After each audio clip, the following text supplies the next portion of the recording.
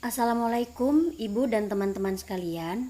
Kami dari kelompok yang beranggotakan Amindra Irawan, Endah Febrisa, dan Novia Chandra. Di sini kami ingin menjelaskan tentang pelayanan kesehatan di Puskesmas. Menurut Groundrus 1990 dalam Radminto dan Winarsi 2005, pelayanan kesehatan merupakan suatu aktivitas atau serangkaian alat yang bersifat tidak kasat mata atau yang tidak dapat kita raba, yang terjadi akibat interaksi antara konsumen dengan karyawan atau hal-hal lain yang disebabkan oleh perusahaan pemberi pelayanan yang dimaksudkan untuk memecahkan persoalan konsumen.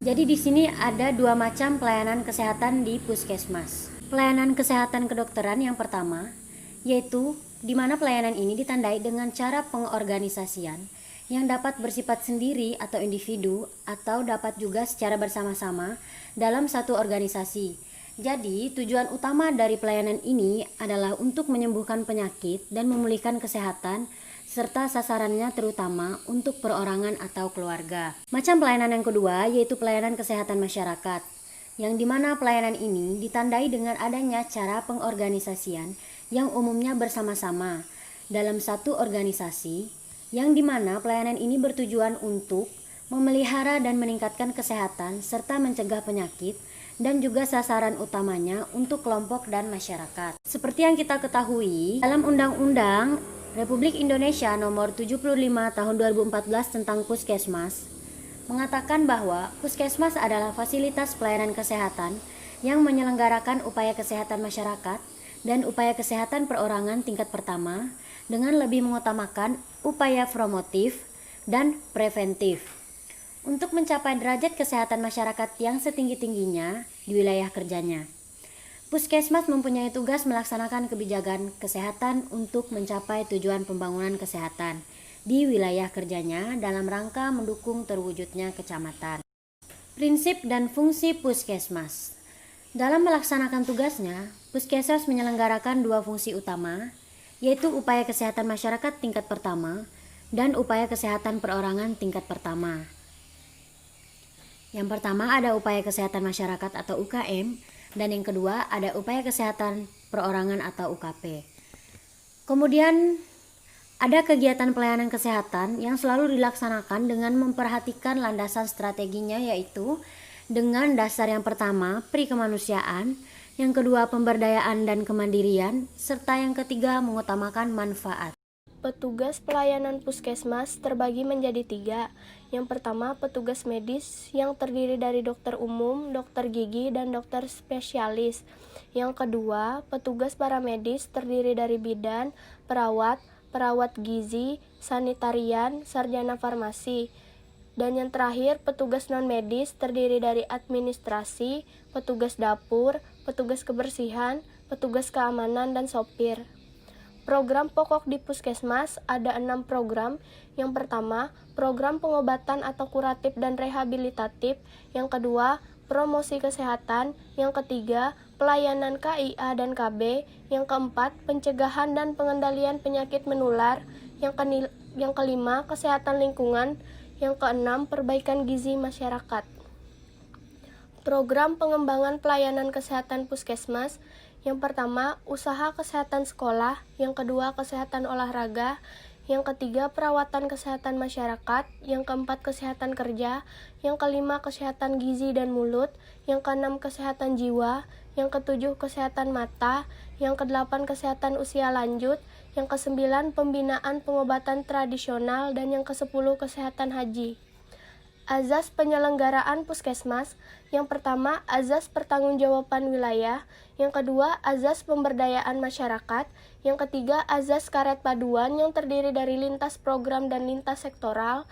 Yang keempat, azas rujukan yang terdiri dari rujukan medis dan rujukan kesehatan masyarakat. Azas pertanggungjawaban wilayah.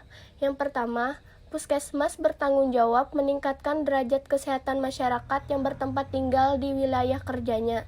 Yang kedua, dilakukan kegiatan dalam gedung dan luar gedung. Dan yang terakhir, ditunjang dengan Puskesmas membantu bidan di desa dan Puskesmas keliling. Hakikat dan nilai dasar pelayanan kesehatan Puskesmas. Yang pertama, bertindak cepat dan tepat. cepat mengambil keputusan dalam memberikan pelayanan atau tindakan kesehatan terhadap kasus atau masalah yang bisa bersifat mendadak emergensi maupun mendesak urgensi sesuai dengan SOP atau standar operasional prosedural. Yang kedua, berpihak kepada masyarakat. Masyarakat sebagai subjek pelayanan kesehatan berhak menentukan jenis pelayanan kesehatan yang terbaik sesuai masalah yang dihadapkan. Masyarakat sebagai objek pelayanan wajib diberikan pelayanan kesehatan yang bermutu agar mencapai derajat kesehatan yang optimal. Yang ketiga, menegakkan kedisiplinan. Disiplin kerja, menegakkan semangat kerja dalam memberikan pelayanan yang terbaik kepada masyarakat atau sasaran pelayanan. Disiplin administrasi, melakukan pencatatan dan pelaporan hasil kegiatan pelayanan secara tertib, teratur, terarah, terbuka, dan terukur. Yang keempat, menunjukkan transparansi, menunjukkan keterbukaan pelayanan dengan aturan kerja yang jelas, ringkas dan tuntas sehingga bisa dipahami oleh sasaran pelayanan. Menunjukkan keterbukaan anggaran sesuai tata hukum dan peraturan yang berlaku dalam lingkup pelayanan kesehatan. Dan yang terakhir, mewujudkan akuntabilitas. Hasil kegiatan pelayanan diarahkan secara bertanggung jawab terhadap institusi internal di dalam lingkup pelayanan kesehatan dan kepada institusi eksternal di luar lingkungan pelayanan kesehatan, serta upaya peningkatan pemberdayaan derajat kesehatan masyarakat secara holistik. Selanjutnya, slide akan dibacakan oleh teman saya, Mindra. Evaluasi pelayanan puskesmas. Dalam pelayanan kesehatan di puskesmas lebih dikenal dengan pengawasan, pengendalian, dan penilaian atau biasa disebut P3.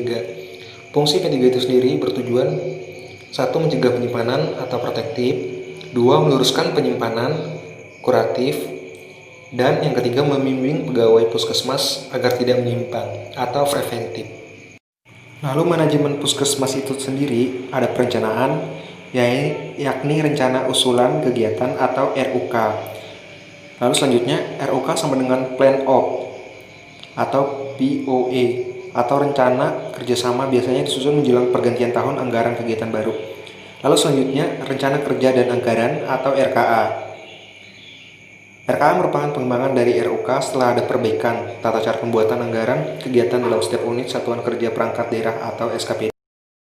Kemudian pengaturan puskesmas. Pengaturan atau biasa disingkat dengan P2. Yang pertama, penggerakan mini lokakarya lintas program mini lokakarya atau minlok. Ini dilaksanakan puskesmas setiap sebulan sekali untuk mengevaluasi hasil kegiatan pelayanan. Nah, yang kedua, pelaksanaan atau bisa disebut mini lokakarya lintas sektoral. Minlok ini dilaksanakan puskesmas setiap 3 bulan sekali dengan melibatkan instansi terkait seperti Dinkes, kecamatan, kelurahan, dan lainnya sesuai porsi kegiatan puskesmas. Lalu yang kedua ada penilaian. Yang pertama pengawasan atau monitoring.